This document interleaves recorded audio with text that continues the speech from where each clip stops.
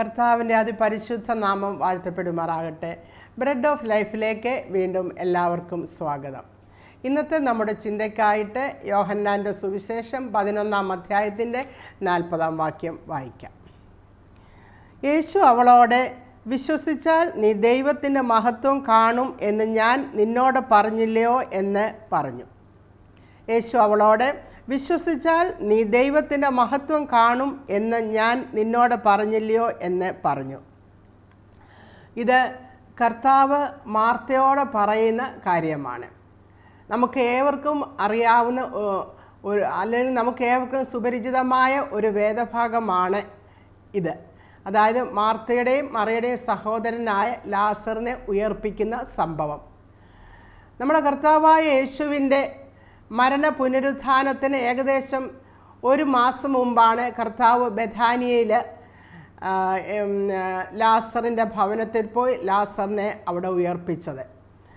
ആ ഒരു സംഭവം യെരുശലേമിലുള്ള ആൾക്കാരുടെ ഇടയിൽ വലിയ കർത്താവിനെ പറ്റി വലിയൊരു ഇംപ്രഷൻ ഉണ്ടാക്കിയെങ്കിലും ഈ ഒരു സംഭവത്തോടെ അനുബന്ധിച്ച് നമുക്ക് കാണുവാൻ കഴിയുന്നത് കർത്താവിനെ കൊല്ലുവാൻ വേണ്ടി സൻഹെഡ്രിൻ കൗൺസിലിലെ ആൾക്കാർ കൂടുതലായിട്ട് അവരൊരു ഫൈനൽ ഡിസിഷൻ എടുക്കുന്നതായിട്ട് നമുക്ക് കാണുവാൻ കഴിയും.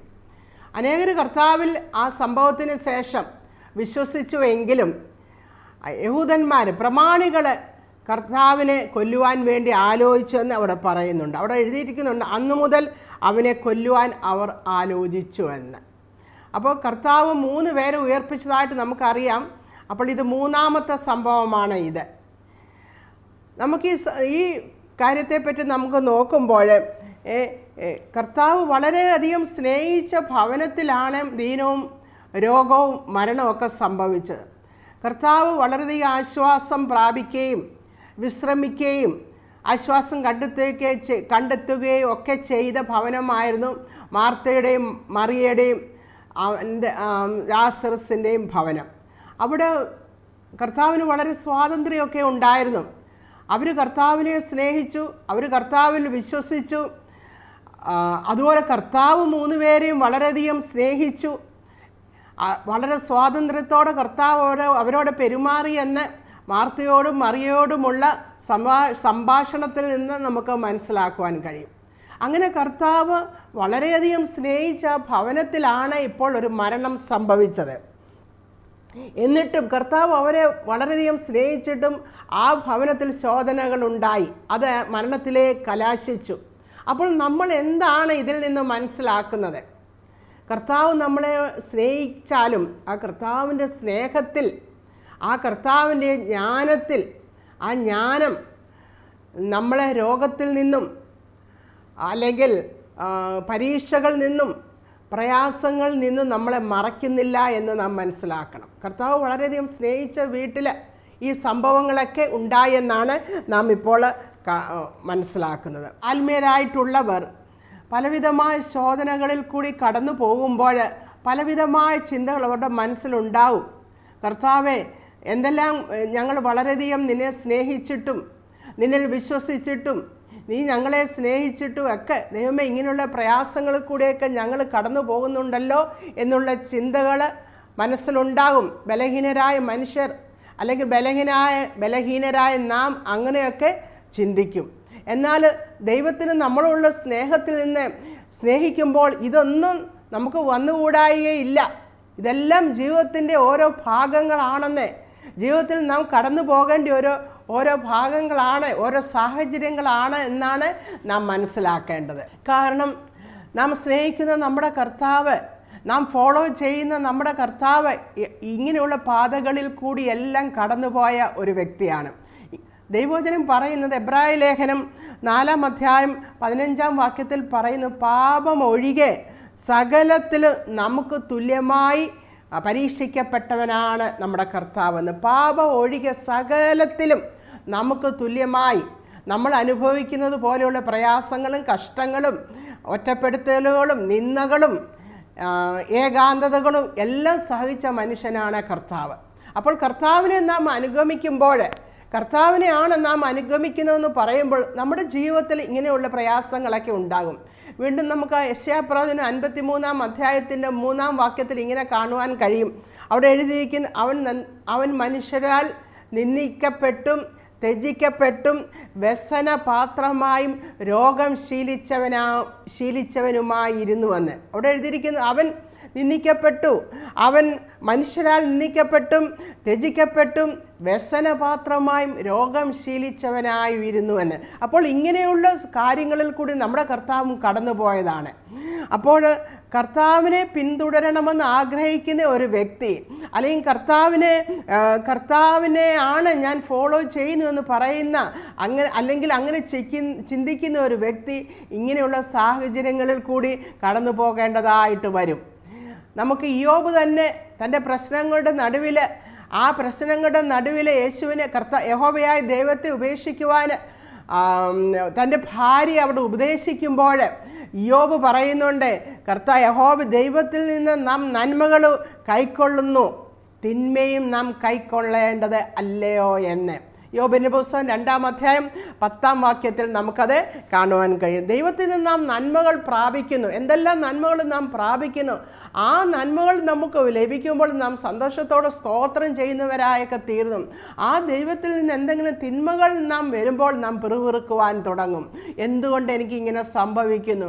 എല്ലാ നേരവും പ്രാർത്ഥിക്കുന്നുണ്ട്, എപ്പോഴും ഞാൻ പ്രാർത്ഥിക്കുന്നുണ്ട്, നല്ലൊരു ജീവിതമാണ് ഞാൻ നയിക്കുന്നത്, ഞാൻ കൂട്ടായ്മകളിൽ പങ്കെടുക്കാറുണ്ട്, കർത്താവിന് വേണ്ടി ഞാൻ പ്രവർത്തിക്കാറുണ്ട്, ദൈവവേലയെ ഞാൻ സഹായിക്കുന്നുണ്ട്, പിന്നെ എന്തുകൊണ്ട് എനിക്ക് ഇങ്ങനെ വന്നു എന്നുള്ള ചോദ്യങ്ങൾ ഇങ്ങനെയുള്ള സന്ദർഭങ്ങളിൽ മനുഷ്യരിൽ ആത്മീയരായിട്ടുള്ളവരിൽ നിന്ന് ഉടലെടുക്കുവാറുണ്ട്. എന്നാൽ ദൈവവചനത്തിലെ സത്യങ്ങൾ നാം മനസ്സിലാക്കണം. നമ്മുടെ കർത്താവും ഇങ്ങനെയുള്ള നമ്മുടെ ഗുരുവും ഇങ്ങനെയുള്ള പാതകളിൽ കൂടിയെല്ലാം കടന്നുപോയ ഒരു വ്യക്തിയാണെന്നുള്ള സത്യം നാം മറന്നു പോകരുത്. യോബ് അങ്ങനെ പറയുന്നു, നന്മകൾ പ്രാപിക്കുന്ന നാം തിന്മയും പ്രാപിക്കേണ്ടതല്ലയോ എന്ന് ചോദിക്കുമ്പോൾ പൗലോസ് അപ്പോസ്തലൻ എന്താണ് പറയുന്നത്? പൗലോസ് അപ്പോസ്തലൻ പലവിധമായ പ്രയാസങ്ങളിൽ കൂടി, സുവിശേഷം മൂലവും പലവിധമായ പ്രയാസങ്ങളിൽ കൂടി പൗലോസ് കടന്നു പോയിട്ടുള്ള ദൈവവചനത്തിൽ നാം വായിക്കുന്നുണ്ട്. കഷ്ടതയും പട്ടിണിയും എല്ലാം നടന്നു, മറ്റുള്ളവരാൽ കടലിലെ ആപത്ത്, കൊള്ളക്കാരാലുള്ള ആപത്ത്, രാജാവ് അതേ രാജ്യത്തിലെ രാജാവ് തന്നെ പിടിക്കുവാൻ തുടങ്ങിയപ്പോൾ ഒരു ബാസ്ക്കറ്റിലാക്കി പൗലോസിനെ താഴേക്ക് ഒരു ജനലിൽ കൂടെ താഴേക്ക് ഇറക്കി. ഇങ്ങനെയുള്ള പല കഷ്ടങ്ങളിൽ കൂടിയൊക്കെ പൗലോസ് കടന്നുപോയി. വളരെയധികം കഷ്ടങ്ങളിൽ കൂടി പൗലോസ് കടന്നുപോയി. കൂടാതെ പൗലോസിന് ഒരു മുള്ള് തൻ്റെ ശരീരത്തിലൊരു ശൂലമുണ്ടായിരുന്നു, അതും വഹിച്ചുകൊണ്ടായിരുന്നു പൗലോസ് തൻ്റെ ശുശ്രൂഷകളൊക്കെ ചെയ്ത്. എന്നിട്ട് പൗലോസ് തന്നെ പറയുന്നുണ്ട്, പൗലോസ് എന്ത് പറയുന്നു? ദൈവത്തിൻ്റെ സ്നേഹത്തിൽ നിന്ന് ഇതിനൊന്നിനും എന്നെ വേർപെടുത്തുവാൻ കഴിയുകയില്ല എന്ന് പൗലോസ് പറയുന്നുണ്ട്. റോമാലേഖനം 8-ാം അധ്യായത്തിൻ്റെ 35 മുതൽ 39 വരെയുള്ള വാക്യങ്ങളിൽ ആ പൗലോസ് അവിടെ വിവരിക്കുന്നത് എന്താണെന്ന് പൗലോസ് പറഞ്ഞു. എനിക്കുണ്ടാകുന്ന കഷ്ടങ്ങളോ നഷ്ടങ്ങളോ ഉപദ്രവമോ നഗ്നതയോ ആപത്തോ വാളോ ഇതിനൊന്നും കർത്താവിനോടുള്ള സ്നേഹത്തിൽ നിന്ന് എന്നെ വേർപിരിക്കാൻ കഴിയുകയില്ല എന്ന് പൗലോസ് പറയുന്നു. അതുതന്നെയല്ല പൗലോസ് പറയുന്നുണ്ട്, മരണത്തിനോ ജീവനോ ദൂതന്മാർക്കോ അധികാരികൾക്കോ വാഴ്ചകൾക്കോ ഇപ്പോഴുള്ളതിനോ വരുവാനുള്ളതിനോ ഉയരത്തിനോ ആഴത്തിനോ മറ്റ് യാതൊരു സൃഷ്ടിക്കും എന്നോടുള്ള കർത്താവിനോടുള്ള സ്നേഹത്തിൽ നിന്ന്, ദൈവസ്നേഹത്തിൽ നിന്ന് എന്നെ വേർപിരിക്കുവാൻ കഴിയുകയില്ല എന്ന് പൗലോസ് പറയുന്നു. അപ്പോൾ പ്രിയപ്പെട്ടവരെ, ഇങ്ങനെയുള്ള ശോധനകളിൽ, കഷ്ടങ്ങളിൽ കൂടി, പ്രയാസങ്ങളിൽ കൂടിയൊക്കെ നമ്മൾ കടന്നു പോകുമ്പോൾ നമ്മൾ എങ്ങനെ ആയിരിക്കണമെന്നുള്ളതാണ് പൗലോസ് എഴുതിയ ഭാഗത്തും യോബ് പറഞ്ഞിരിക്കുന്ന കാര്യങ്ങളെല്ലാം നമ്മളെ പഠിപ്പിക്കുന്നത്. അപ്പോൾ ഈ സഹോദരിമാരുടെ കാര്യങ്ങൾ നോക്കുകയാണെങ്കിൽ ഈ സഹോദരിമാരുടെ അനുസരണമോ, അവർ കർത്താവിനെ അനുസരിച്ചതോ, അല്ലെങ്കിൽ അവർ കർത്താവിനെ സേവിച്ചതോ സ്നേഹിച്ചതോ, അവർക്ക് കർത്താവിനെ അവരുടെ ഭവനത്തിൽ കൈക്കൊണ്ടതോ ഒന്നും അവരോടുള്ള അവർക്കുണ്ടായ അവർക്ക് പ്രയാസങ്ങളിൽ നിന്ന് അവരെ മാറ്റി നിർത്തിയില്ല. അവർക്കുണ്ടായ ആ സഹോദരനുണ്ടായ രോഗം മരണത്തിൽ കലാശിക്കുകയാണ് അവിടെ ചെയ്യുന്നത്. അപ്പോൾ അവർ കർത്താവിനെ വിളിപ്പിച്ചു, കർത്താവിനോട് വിവരം അറിയിക്കുന്നു. നിനക്ക് പ്രിയനായവൻ, അവിടെ എഴുതിയിരിക്കുന്നത്, നിനക്ക് പ്രിയനായവൻ ദീനമായി കിടക്കുന്നുവെന്ന് അവർ സഹോദരിമാർ ഈ തങ്ങളുടെ സ്നേഹിതനായ യേശുവിനെ അറിയിക്കുന്നു. നിൻ്റെക്ക് പ്രിയനായവൻ ദീനമായി കിടക്കുന്നുവെന്ന്. എന്നാൽ അവനിവിടെ വരുവാനോ കർത്താവ് അവിടെ ചെല്ലുവാനോ സൗഖ്യമാക്കുവാനോ ഒന്നും പറയുന്നില്ല. അവിടെ പറയും നിനക്ക് പ്രിയനായവൻ ദീനമായി കിടക്കുന്നു, അത്രയേ പറഞ്ഞോളൂ. അത് കേൾക്കുമ്പോൾ തന്നെ യേശു അവരുടെ ഭവനത്തിൽ അങ്ങ് ചെല്ലും എന്നുള്ള ഉറപ്പ് അവർക്കുണ്ടായിരുന്നു. അത്രമാത്രം അവർ കർത്താവുമായിട്ടുള്ള ആത്മബന്ധം അവർക്കുണ്ടായി. ഇത്രയൊന്ന് കേട്ടാൽ മതി, യേശു അവിടെ ഓടി ചെല്ലും എന്നുള്ള ആ വിചാരം അവർക്ക് ഉണ്ടായിട്ടുണ്ട്. അത് അവിടെ ദൈവവചനത്തിൽ പറയുന്നുണ്ട്. 11-ാം അധ്യായത്തിൻ്റെ യോഹന്നാൻ 11-ന്റെ 5-6 വാക്യത്തിൽ പറയുന്നത്, യേശു മാർത്തയും മറിയയും ലാസറിനെയും സ്നേഹിച്ചു, എന്നിട്ടും അവൻ ദീനമായി കിടക്കുന്നുവെന്ന് അറിഞ്ഞിട്ടും താൻ ഇരുന്ന സ്ഥലത്ത് 2 ദിവസം കൂടി താമസിച്ചു എന്ന്. കർത്താവ് അവരെ സ്നേഹിച്ചു.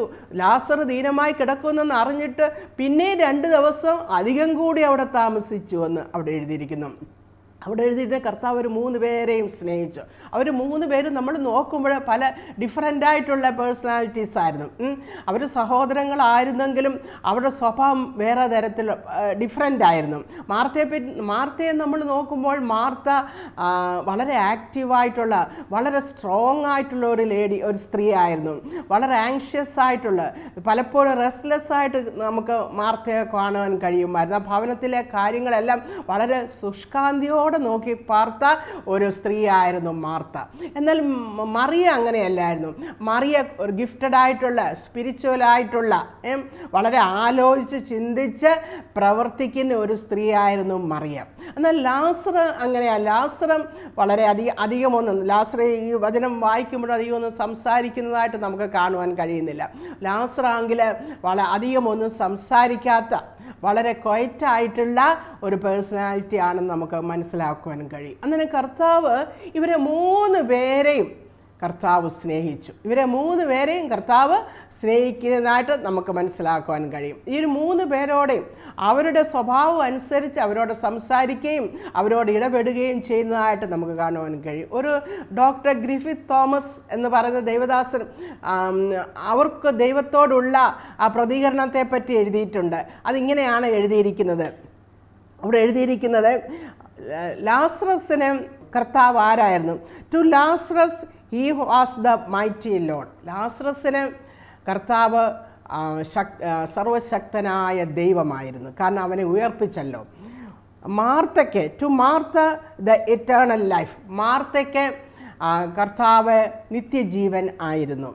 To Mary the incarnate love, മേരിക്ക്, മറിയയ്ക്ക് കർത്താവ് മനുഷ്യനായി വെളിപ്പെട്ട സ്നേഹമായിരുന്നു. 3 പേരും അവർ ഡിഫറൻ്റ് ആയിട്ടുള്ള സ്വഭാവക്കാരായിരുന്നു. അതുപോലെ തന്നെ കർത്താവിനെ പറ്റിയുള്ള അവരുടെ ആ ചിന്തയും വേറെ തരത്തിലായിരുന്നു എന്നാണ് ആ ദൈവദാസൻ ഇവിടെ എഴുതിയിരിക്കുന്നത്.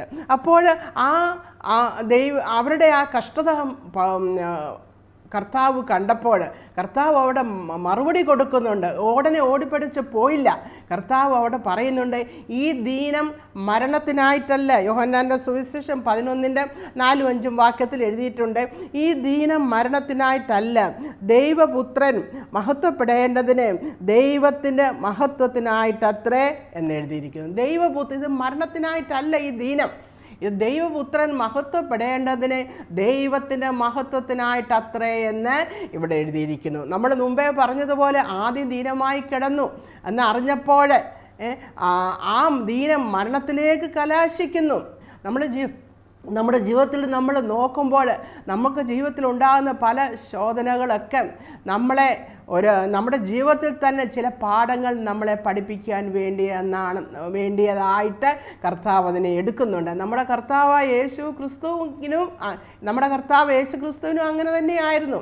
എബ്രായ ലേഖനം 5-ാം അധ്യായം 8-ാം വാക്യത്തിൽ കിടപ്പുണ്ട്. അവിടെ ഇങ്ങനെയാണ് എഴുതിയിരിക്കുന്നത്, പുത്രനെങ്കിലും താൻ അനുഭവിച്ച കഷ്ടങ്ങളാൽ അനുസരണം പഠിച്ച് തികഞ്ഞവനായെന്ന്. കർത്താവിനുണ്ടായ കഷ്ടാനുഭവങ്ങളെപ്പറ്റി എബ്രായ ലേഖന കർത്താവ് ഇങ്ങനെയാണ് എഴുതിയിരിക്കുന്നത്, അവൻ പുത്രനായിരുന്നിട്ടും, ദൈവത്തിൻ്റെ പുത്രനായിരുന്നിട്ടും താൻ അനുഭവിച്ച കഷ്ടങ്ങളാൽ അനുസരണം പഠിച്ചു തികഞ്ഞവനായെന്ന് അവിടെ എഴുതിയിരിക്കുന്നു. അപ്പോൾ അനുസരണം പഠിച്ചു തികഞ്ഞവനായി. എങ്ങനെ? താൻ അനുഭവിച്ച കഷ്ടങ്ങളാൽ അനുസരണം പഠിച്ചു തികഞ്ഞവനായെന്ന് നമ്മുടെ കർത്താവിനെ പറ്റി അവിടെ എഴുതിയിരിക്കുന്നു. ഇവരും പല ശോധനകളിൽ കൂടി ഇവർ കടന്നുപോയി. അന്നേരം അവരുടെ മനസ്സിൽ പലവിധമായ ചിന്തകൾ ഉടലെടുത്തു. മാർത്തയും മറിയയും മനസ്സിൽ മാർത്തയും മറിയും ഒരുപോലെ. ആദ്യം മാർത്ത പറയുന്നുണ്ട്, കർത്താവ് ഭവനത്തിൽ ചെന്നു. ഏകദേശം 2 മൈല് ദൂരമായിരുന്നു യെരുശലേമിൽ നിന്ന് ബഥാനിയയിലേക്ക്. അപ്പോൾ അതിലേക്ക് കർത്താവ് ചെന്നു, ആ ഭവനത്തിലേക്ക് ചെന്നു. ചെന്നപ്പോഴേ മാർത്ത ആദ്യം കർത്താവിനോട് പറയുന്നുണ്ട്, കർത്താവ് അങ്ങ് ഇവിടെ ഉണ്ടായിരുന്നെങ്കിൽ ഞങ്ങളുടെ സഹോദരൻ മരിക്കയില്ലായിരുന്നു എന്ന് പറയുന്നു. അത് കഴിഞ്ഞ് മറിയയും അങ്ങനെ തന്നെ പറയുന്നുണ്ടായിരുന്നു, അങ്ങ് ഇവിടെ ഉണ്ടായിരുന്നുവെങ്കിൽ ഞങ്ങളുടെ സഹോദരൻ മരിക്കയില്ലായിരുന്നുവെന്ന്. കാരണം രണ്ടുപേരും ഒരുപോലെ 2 സന്ദർഭങ്ങളിൽ പറയുന്നു. കാരണം അവർ തീർച്ചയായിട്ടും അവരുടെ വീട്ടിൽ അതിനെപ്പറ്റി ഒരു സംസാരം ഉണ്ടായിക്കാണും. നമ്മുടെ സഹോദരൻ്റെ ദീനത്തെപ്പറ്റി കർത്താവിന് യേശുവിനെ അറിയിച്ചിട്ടും എപ്പോഴും നമ്മുടെ ഭവനത്തിൽ വരികയും നാമുമായിട്ട് സംസർഗം പാലിക്കുകയും നമ്മുടെ ഭവനം ഒരു വിശ്രമ സ്ഥലമായി കണ്ടെത്തുകയും എല്ലാം ചെയ്ത യേശുവിന് എന്തു പറ്റി? നാം ഇപ്പോഴൊരു പ്രതിസന്ധിയിലായിരുന്നപ്പോൾ കർത്താവിനെ ആളെ വിട്ട് നാം നമ്മുടെ സംഭവിച്ച കാര്യം ദീനമായി കിടക്കുന്നു എന്നുള്ളത് അറിയിച്ചിട്ട് പോലും ആ യേശുവിന് ഇങ്ങോട്ടൊന്നും വരുവാൻ തോന്നിയില്ലല്ലോ എന്ന് തീർച്ചയായിട്ടും ആ സഹോദരിമാർ അവിടെ പറഞ്ഞു കാണും. തീർച്ചയായിട്ടും നമ്മളും അങ്ങനെയൊക്കെ പറയുമല്ലോ. എപ്പോഴും ഇവിടെ വരുന്ന മനുഷ്യനായിരുന്നു, എന്നാൽ നമുക്കൊരു പ്രയാസം ഉണ്ടായപ്പോൾ അയാളുടെ പൊടി പോലും കാണാനില്ല, ഒന്ന് വരണമെന്ന് പോലും തോന്നിയില്ലല്ലോ, ഒന്ന് എത്തി നോക്കുവാൻ പോലും തോന്നിയില്ലല്ലോ എന്നൊക്കെ നമ്മളും പറയാറുണ്ട്. അതുപോലെ ആ സഹോദരിമാരും അവിടെ പറഞ്ഞു കാണും. അതുകൊണ്ടാണ് കർത്താവിനെ കണ്ടപ്പോൾ അവരങ്ങനെ ചോദിച്ചത്. എന്നാൽ മാർത്ത അവിടെ വീണ്ടും ഒരു കാര്യം കൂടെ പറയുന്നു, കർത്താവെ നീ ഇവിടെ ഉണ്ടായിരുന്നെങ്കിൽ എൻ്റെ സഹോദരൻ മരിക്കയില്ലായിരുന്നു. എന്നാൽ എനിക്ക് ഒരു കാര്യം അറിയാം. മാർത്ത തൻ്റെ വിശ്വാസത്തോടെ പ്രകടിപ്പിക്കുന്നു. മാർത്ത പറയുവാണ്, 11-ാം അധ്യായം യോഹന്നാൻ 11:22 മാർത്ത പറയുന്നു, ഇപ്പോഴും നീ എന്ത് ദൈവത്തോട് അപേക്ഷിച്ചാലും ആ ദൈവം നിനക്ക് തരുമെന്ന് ഞാൻ അറിയുന്നു. ഇപ്പോഴും അന്നേരം നീ ഇവിടെ ഇല്ല, ശരി, പക്ഷെ ഇപ്പോൾ മരിച്ചു കിടക്കുകയാണ്. എന്നാൽ ഇപ്പോഴും നീ ദൈവത്തോട് അപേക്ഷിച്ചാൽ ദൈവം കേൾക്കുമെന്ന് ഞാൻ അറിയുന്നു. അവർക്കറിയാം ഇവന് സൗഖ്യമാക്കുവാൻ പറ്റും, ഇവന് ഉയർത്തെഴുന്നേൽപ്പിക്കാൻ പറ്റും, തൻ്റെ സ്നേഹിതനായ യേശുവിനെ കൊണ്ട് ഇതെല്ലാം കഴിയുമെന്ന് അവർക്കറിയാം. മാർത്ത തൻ്റെ വിശ്വാസം അവിടെ വെളിപ്പെടുത്തും. അപ്പോൾ കർത്താവ് അവിടെ പറയുന്നു, നിൻ്റെ സഹോദരൻ ഉയർത്തെഴുന്നേൽക്കുമെന്ന്. കർത്താവ് അവിടെ പറയുകയാണ്, നിൻ്റെ സഹോദരൻ ഉയർത്തെഴുന്നേൽക്കുമെന്ന് പറഞ്ഞു. അപ്പോൾ അവിടെ അവൾ പറയുന്നുണ്ട്, അവിടെ വിശ്വാസം, അവിടെ അറിവ് അവിടെ വെളിപ്പെടുത്തും. അവൻ ഒടുക്കലത്തെ പുനരുത്ഥാനത്തിൽ അവൻ ഉയർത്തെഴുന്നേൽക്കുമെന്ന് മാർത്ത പറയുമ്പോൾ യേശു അവിടെ പറയുന്നുണ്ട്, ഞാൻ തന്നെ പുനരുത്ഥാനവും ജീവനുമാകുന്നു. ഞാൻ തന്നെയാണ് പുനരുത്ഥാനവും ജീവനും എന്ന് പറയുന്നു. അത് കഴിഞ്ഞിട്ട് അവിടെ യേശു ആ കല്ലറയ്ക്കൽ ചെല്ലു. മാർത്ത യേശുവായിട്ട് സംസാരിക്കുന്നു. അവിടെ ഇരിക്കുന്ന യഹൂദന്മാരുടെ അവിടെ വന്നവരുടെയൊക്കെ കണ്ണുനീരും സഹോദരിമാരുടെ കണ്ണുനീരും ഒക്കെ കണ്ടപ്പോൾ അവിടെ എഴുതിയിരിക്കുന്ന യേശു അവൻ കണ്ണുനീർ വാർത്തു, അവൻ്റെ ഉള്ളം കലങ്ങി. കാരണം സഹോദരിമാരുടെ കണ്ണുനീര്, അവരുടെ വേദന എല്ലാം കണ്ടപ്പോൾ യഹൂദന്മാരെ സംബന്ധിച്ചിടത്തോളം ഒരു മരണമുണ്ടായാൽ അവർ 3 ദിവസം അവർ അതികഠിനമായി വിലപിക്കും. അത് കഴിഞ്ഞിട്ട് 4 ദിവസം അവർ അതിനേക്കാട്ട് ചെറിയ രീതിയിൽ വിലപിക്കും. 30 ദിവസമാണ് അവരുടെ വിലാപ സമയം. ആ ബാക്കിയുള്ള ദിവസങ്ങളിലും അവർ വിലപിച്ചു കൊണ്ടിരിക്കും. അപ്പോൾ അവരുടെ കണ്ണുനീരും ദുഃഖമൊക്കെ കണ്ടപ്പോൾ കർത്താവിൻ്റെ മനസ്സുരുകി, അവൻ്റെ ഉള്ളം നൊന്തു. അവന് കല്ലറയ്ക്കലേക്ക് പോയി കല്ലുരുട്ടി മാറ്റുവാൻ പറയുന്നു. അപ്പോൾ മാർത്ത അവിടെ പറയുന്നു, നമുക്കറിയാവുന്ന മാർത്തയെന്ന്, കർത്താവ് മരിച്ചിട്ട് അടക്കിയിട്ട് 4 ദിവസമായി. അത് നാറ്റം വെച്ച് തുടങ്ങിയല്ലോ. യഹൂദന്മാരെ സംബന്ധിച്ചിടത്തോളം ഒരു 3 ദിവസം ഒരു വ്യക്തി മരിച്ചാൽ അവരുടെ ആത്മാവ് 3 ദിവസം ചുറ്റിക്കറങ്ങി അവിടെ കാണുമെന്നാണ് അവരുടെ വിശ്വാസം. അതിനുശേഷമാണ് ആ ശരീരം ദ്രവിക്കുവാൻ തുടങ്ങും. അതുകൊണ്ട് അങ്ങനെയാണ് അവർ വിശ്വസിക്കുന്നത്. 4-ാമത്തെ ദിവസം തൊട്ട് കർത്താവ് ചെന്ന് 4-ാമത്തെ ദിവസമാണ്. അപ്പോൾ അവിടെ കർത്താവ് പറയുന്നുണ്ട്, മാർത്ത അങ്ങനെ പറഞ്ഞപ്പോൾ, നാറ്റം വെച്ച് തുടങ്ങിയെന്ന് പറഞ്ഞപ്പോൾ കർത്താവ് അവിടെ പറയുന്നു, വിശ്വസിച്ചാൽ നീ ദൈവത്തിൻ്റെ മഹത്വം കാണുമെന്ന് ഞാൻ നിന്നോട് പറഞ്ഞില്ലയോ എന്ന്. അതാണ് നമ്മൾ കുറിവാക്യമായിട്ട് വായിച്ചത്. വിശ്വസിച്ചാൽ നീ ദൈവത്തിൻ്റെ മഹത്വം കാണുമെന്ന് ഞാൻ നിന്നോട് പറഞ്ഞില്ലയോ എന്ന്. അവൻ മരിച്ചുപോയി എന്ന് നീ ഇവിടെ ഉണ്ടായിരുന്നെങ്കിൽ അവൻ മരിക്കയില്ലായിരുന്നു എന്ന് പറഞ്ഞപ്പോൾ കർത്താവ് അവനോട് പറഞ്ഞു, നിൻ്റെ സഹോദരൻ ജീവിക്കുമെന്ന്. അതാണ് ആ മാർത്തയോടെ അവരോട് കർത്താവ് പറഞ്ഞ വചനം, നിൻ്റെ സഹോദരൻ ജീവിക്കും. അത് നീ വിശ്വസിച്ചാൽ, ഞാൻ പറഞ്ഞ ആ കാര്യം നീ വിശ്വസിച്ചാൽ നീ ദൈവത്തിൻ്റെ മഹത്വം കാണുമെന്നുള്ള ആ സത്യമാണ് അവിടെ പറഞ്ഞത്. അത് കഴിഞ്ഞിട്ട് കർത്താവ് അവിടെ പ്രാർത്ഥിക്കുന്നു. 11-ാം അധ്യായത്തിൻ്റെ 41-ാം വാക്യത്തിൽ കർത്താവ് ഇങ്ങനെ പ്രാർത്ഥിക്കുന്നതായിട്ട് അവിടെ രേഖപ്പെടുത്തിയിരിക്കുന്നു. 11-ന്റെ 41-ാം വാക്യത്തിൽ എഴുതിയിരിക്കുന്നു, അവർ കല്ല് നീക്കി യേശു മേലോട്ട് നോക്കി, പിതാവേ, നീ എൻ്റെ അപേക്ഷ കേട്ടതിനാൽ ഞാൻ നിന്നെ വാഴ്ത്തുന്നു. നീ എപ്പോഴും എൻ്റെ അപേക്ഷ കേൾക്കുന്നു എന്ന് ഞാൻ അറിഞ്ഞിരിക്കുന്നു. എങ്കിലും നീ എന്നെ അയച്ചു എന്ന് ചുറ്റും നിൽക്കുന്ന പുരുഷാരം വിശ്വസിക്കേണ്ടതിന് അവരുടെ നിമിത്തം ഞാൻ പറയുന്നുവെന്ന് പറഞ്ഞു. ഇങ്ങനെ പറഞ്ഞിട്ട് അവൻ ലാസറെ പുറത്തു വരിക എന്ന് ഉറക്കെ വിളിച്ചു.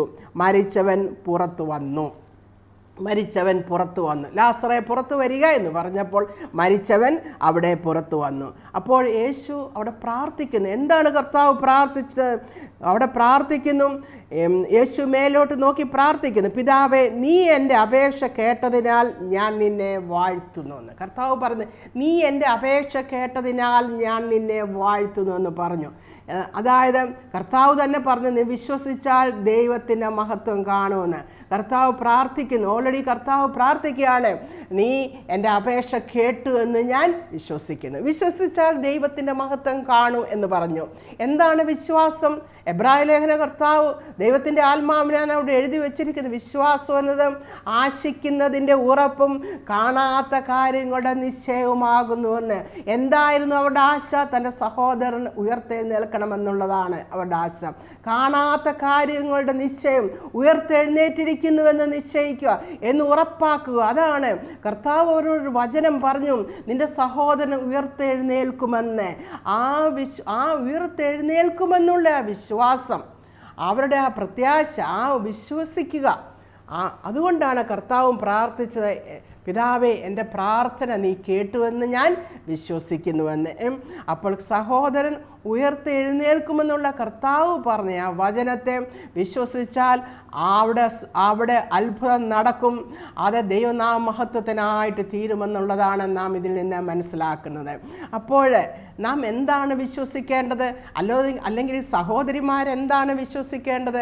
സഹോദരിമാർ വിശ്വസിക്കണമായിരുന്നു, കർത്താവ് ഞങ്ങളോട് പറഞ്ഞല്ലോ ഞങ്ങളുടെ സഹോദരൻ ഉയർത്തെഴുന്നേൽക്കുമെന്നുള്ളത്, അതവർ വിശ്വസിക്കണമായിരുന്നു. അതുപോലെ പ്രിയപ്പെട്ടവരെ, നമ്മുടെ ജീവിതത്തിലും ഓരോരോ പ്രശ്നങ്ങളും പ്രതികൂലങ്ങളും ഉണ്ടാവുമ്പോൾ കർത്താവ് അതിനോട് റിലവൻ്റ് ആയിട്ടുള്ള ഏതെങ്കിലും വചനം നമ്മളോട് പറഞ്ഞിട്ടുണ്ടെങ്കിൽ, അല്ലെങ്കിൽ എന്തെങ്കിലും പ്രോമിസ് നമ്മളോട് പറഞ്ഞിട്ടുണ്ടെങ്കിൽ അത് നാം വിശ്വസിക്കണം. കാരണം ദൈവത്തിൻ്റെ വചനം പറയുന്നത് നാം വിശ്വസിക്കുമ്പോൾ എന്ത് സംഭവിക്കും എന്നുള്ള ദൈവത്തിൻ്റെ വചനം വ്യക്തമാക്കി നമുക്ക് തരുന്നുണ്ട്. നമുക്ക് 1 തെസ്സലോനിയർ 2-ാം അധ്യായത്തിൻ്റെ 13-ാം വാക്യത്തിൽ ഇങ്ങനെ എഴുതിയിട്ടുണ്ട്. അവിടെ എഴുതിയിരിക്കുന്നത് ഇങ്ങനെയാണ്, ഞങ്ങൾ പ്രസംഗിച്ച ദൈവവചനം നിങ്ങൾ കേട്ടു, മനുഷ്യൻ്റെ വചനമായിട്ടല്ല, സാക്ഷാലാകുന്നത് പോലെ ദൈവവചനമായിട്ട് തന്നെ കൈക്കൊണ്ടതിനാൽ ഞങ്ങൾ ദൈവത്തെ സ്തുതിക്കുന്നു. വിശ്വസിക്കുന്ന നിങ്ങളിൽ അത് വ്യാപരിച്ചുകൊണ്ടിരിക്കുന്നു. അവിടെ പൗലോസ് പറയുകയാണ്, ദൈവവചനം നിങ്ങൾ കേട്ടു, അല്ലെങ്കിൽ പറയുന്നത് നിൻ്റെ സഹോദരൻ ജീവിച്ചിരിക്കും എന്നുള്ള വചനം അവർ കേട്ടു, അതിനെ കൈക്കൊണ്ടു, അതിനെ റിസീവ് ചെയ്യുക, കേൾക്കുന്ന വചനത്തെ റിസീവ് ചെയ്യുക. അങ്ങനെ റിസീവ് ചെയ്യുക, അതിനുശേഷം അതിനെ വിശ്വസിക്കുക. ആ കർത്താവ് പറഞ്ഞ വചനത്തെ സഹോദരന്മാർ വിശ്വസിക്കണം. അല്ലെങ്കിൽ നമ്മളോട് കർത്താവ് പറഞ്ഞിട്ടുള്ള ആ പ്രോമിസ് നാം വിശ്വസിക്കണം.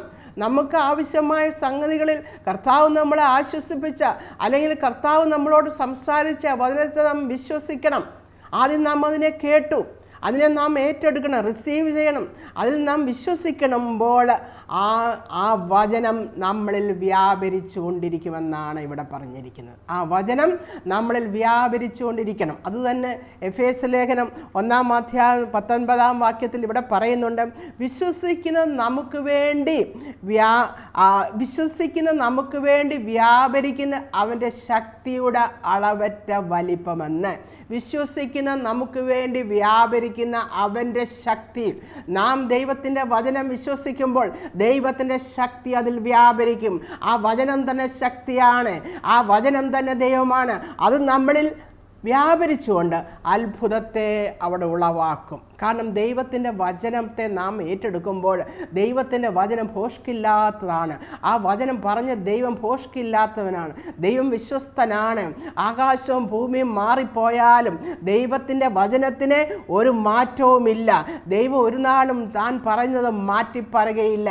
അവൻ ഉവ്വ് എന്ന് പറയുന്നു ഉവ്വ് എന്നും, ഇല്ല എന്ന് പറയുന്ന ഇല്ല എന്നും തന്നെയാണ്. അതുകൊണ്ട് നമ്മുടെ പ്രശ്നങ്ങളുടെ മേലെ ദൈവം നമ്മളോട് എന്തെങ്കിലും വാക്ക് നമ്മളോട് സംസാരിച്ചിട്ടുണ്ടെങ്കിൽ അത് നമ്മൾ വിശ്വസിക്കുമ്പോൾ, അത് നമ്മൾ ഏറ്റെടുത്ത് വിശ്വസിക്കുമ്പോൾ ദൈവശക്തി നമ്മളിൽ വ്യാപരിച്ച് അത് വിശ്വാസത്തിൻ്റെ ഫലം നമുക്ക് ഉളവാക്കി തരുന്നു. പ്രിയപ്പെട്ടവരെ, അതാണ് കർത്താവ് പറഞ്ഞ, വിശ്വസിച്ചാൽ നീ ദൈവത്തിൻ്റെ മഹത്വം കാണുമെന്ന്. നമ്മൾക്ക് വരുന്ന ശോധനകളിലും പ്രയാസങ്ങളിലും കർത്താവ് നമ്മളെ സൗഖ്യമാക്കും, അല്ലെങ്കിൽ വിടുവിക്കും, അല്ലെങ്കിൽ കർത്താവ് ആ വിഷയത്തിൻ്റെ മേലെ നമ്മൾക്കൊരു പ്രതിവിധി തരും എന്നൊക്കെ കർത്താവ് നമ്മളോട് സംസാരിച്ച് ദൈവത്തിൻ്റെ വചനം നാം ഏറ്റെടുത്ത് നാം വിശ്വസിക്കുക. പ്രതികൂല സാഹചര്യങ്ങളാണെങ്കിലും നമ്മളത് ഏറ്റെടുത്ത് വിശ്വസിക്കണം. അബ്രഹാമിനെ പറ്റി എന്താണ് പറഞ്ഞിരിക്കുന്നത്? അബ്രഹാം എങ്ങനെയായിരുന്നു?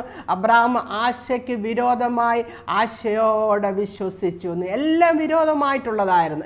തന്നെ പറ്റി ചിന്തിക്കുമ്പോൾ, തൻ്റെ ഭാര്യയെ പറ്റി ചിന്തിക്കുമ്പോഴെല്ലാം പ്രതികൂലങ്ങളാണ്. എന്നാൽ ഇത് ആരാണ് പറഞ്ഞത് എന്ന് മനസ്സിലാക്കി ആശയ്ക്ക് വിരോധമാണെങ്കിലും ആശയോടെ വിശ്വസിച്ചു. കാരണം ആരാണ് ഇത് പറഞ്ഞിരിക്കുന്നതെന്നുള്ള ആ സത്യം, ആ അവസ്ഥ അബ്രഹാമിന് അറിയാമായിരുന്നു. നമ്മുടെ കർത്താവും പ്രാർത്ഥിച്ചത് എങ്ങനെയാണ്? കർത്താവ് വിഷയത്തിൽ പ്രാർത്ഥിച്ചു, കർത്താവ് പിതാവേ, നീ എൻ്റെ പ്രാർത്ഥന കേട്ടതിനാൽ ഞാൻ നിന്നെ സ്തുതിക്കുന്നുവെന്ന്. അവിടെ ലാസറിനെ കർത്താവ് അവിടെ ഉയർപ്പിച്ചു. കർത്താവ് പറഞ്ഞു, ഞാൻ തന്നെ പുനരുത്ഥാനവും ജീവനുമാണ് എന്ന്. കർത്താവ് റിസറക്റ്റ് ചെയ്യിപ്പിച്ചു എന്ന് മാത്രമല്ല, കർത്താവ് തന്നെ റിസറക്ഷനാണ്. He is the resurrection. കർത്താവ് റിസറക്ഷനാണ്, അവനാണ് പുനരുത്ഥാനം. കർത്താവ് ലാസറിന് ജീവൻ കൊടുത്തു, എന്നാൽ കർത്താവ് തന്നെയാണ് ജീവൻ. ഞാൻ പുനരുത്ഥാനവും ജീവനുമാണെന്ന് കർത്താവ് അവിടെ പറയുന്നു. അപ്പോൾ അവരുടെ വേദനയിൽ കർത്താവ് പങ്കുകൊണ്ടു, അവരുടെ ദുഃഖത്തിൽ കർത്താവ് പങ്കുകൊണ്ടു.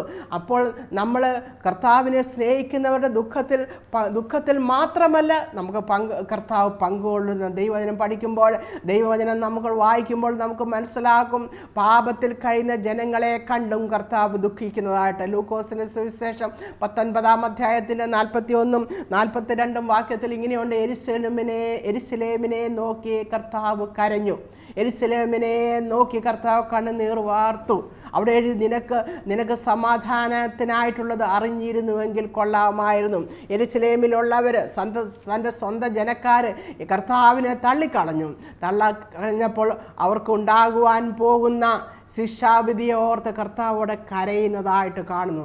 നാം പാപത്തിൽ ജീവിക്കുമ്പോൾ, നാം പാപികളായി കർത്താവിനെ തള്ളിക്കളഞ്ഞുകൊണ്ട് കർത്താവിനെ മാറ്റി നിർത്തിക്കൊണ്ട് നാം ജീവിക്കുമ്പോൾ നമ്മളെ നോക്കിയും കൂടെ കരയുന്ന ദൈവമാണ് നമ്മുടെ കർത്താവ്. പ്രിയപ്പെട്ടവരെ, നമ്മുടെ ദുഃഖത്തിൽ പങ്കുകൊള്ളുന്നതോടൊപ്പം തന്നെ നാം പാപ വഴികളിൽ ജീവിക്കുമ്പോൾ അത് നോക്കി കരയുന്ന ദൈവമാണ് നമ്മുടെ കർത്താവെന്ന് നമുക്ക് മനസ്സിലാക്കുവാൻ കഴിയും. ഇവിടെ അവരുടെ മാർത്തയുടെയും മറിയുടെയും ദുഃഖത്തിൽ കർത്താവ് പങ്കുകൊണ്ട് അവിടെ വിശ്വസിച്ചാൽ നീ ദൈവത്തിൻ്റെ മഹത്വം കാണും എന്നുള്ള ആ സത്യം അവർക്ക് വെളിപ്പെടുത്തി കൊടുക്കുകയും അവരാ മഹത്വം കാണുകയും ചെയ്തു. ഒരുപക്ഷെ ലാസർ ദീനമായി കിടന്നപ്പോൾ കർത്താവ് ചെന്ന് അവനെ സൗഖ്യമാക്കുന്നതിനുപരിയായി, അതിനപ്പുറമായി ദൈവനാമത്തിന് മഹത്വം എടുക്കുവാൻ തക്കവണ്ണം ആ മരണം ആ ഭവനത്തിൽ വന്നു ചേർന്നു. നമ്മുടെ ജീവിതത്തിലും പല കാര്യങ്ങൾക്കും നമ്മൾ പ്രാർത്ഥിച്ചിട്ട് നമുക്ക് മറുപടി ലഭിക്കുന്നില്ലായിരിക്കും. പലതിനും നമ്മൾ മറുപടിക്ക് വേണ്ടി കാത്തിരിക്കുന്നു. നമ്മുടെ കുഞ്ഞുങ്ങളുടെ വിവാഹം, നമ്മുടെ മക്കളുടെ ജോലിയുടെ വിഷയം,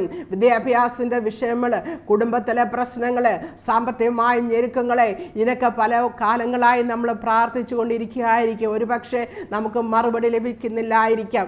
എന്നാൽ പ്രിയപ്പെട്ടവരെ, നമ്മൾ വിശ്വസിച്ചുകൊണ്ട് കർത്താവ് പറഞ്ഞതുപോലെ ആ വിഷയങ്ങളോട് ബന്ധപ്പെട്ട് എന്തെങ്കിലും ദൈവത്തിൻ്റെ വചനം ദൈവം നമുക്ക് തന്നിട്ടുണ്ടെങ്കിൽ അത് നമ്മൾ ഏറ്റെടുത്ത് നമ്മൾ വിശ്വസിച്ച് ഇത് പറഞ്ഞത് ആരാണെന്ന് മനസ്സിലാക്കി ആ വചനത്തിന് മാറ്റം വരികയില്ല എന്ന് മനസ്സിലാക്കിക്കൊണ്ട് നമ്മൾ വിശ്വസിക്കുമ്പോൾ അത് നമ്മൾ ദൈവത്തിൻ്റെ ശക്തി നമ്മളിൽ വ്യാപരിച്ച് ദൈവനാമം നമ്മളിൽ മഹത്വം എടുക്കുവാൻ അത് ഇടയാക്കും. പലപ്പോഴും നമുക്ക് മറുപടി കിട്ടാൻ താമസിക്കുമ്പോൾ നമ്മൾ കർത്താവിനോട് പല ചോദ്യങ്ങളും നമ്മൾ ചോദിക്കാറുണ്ട്.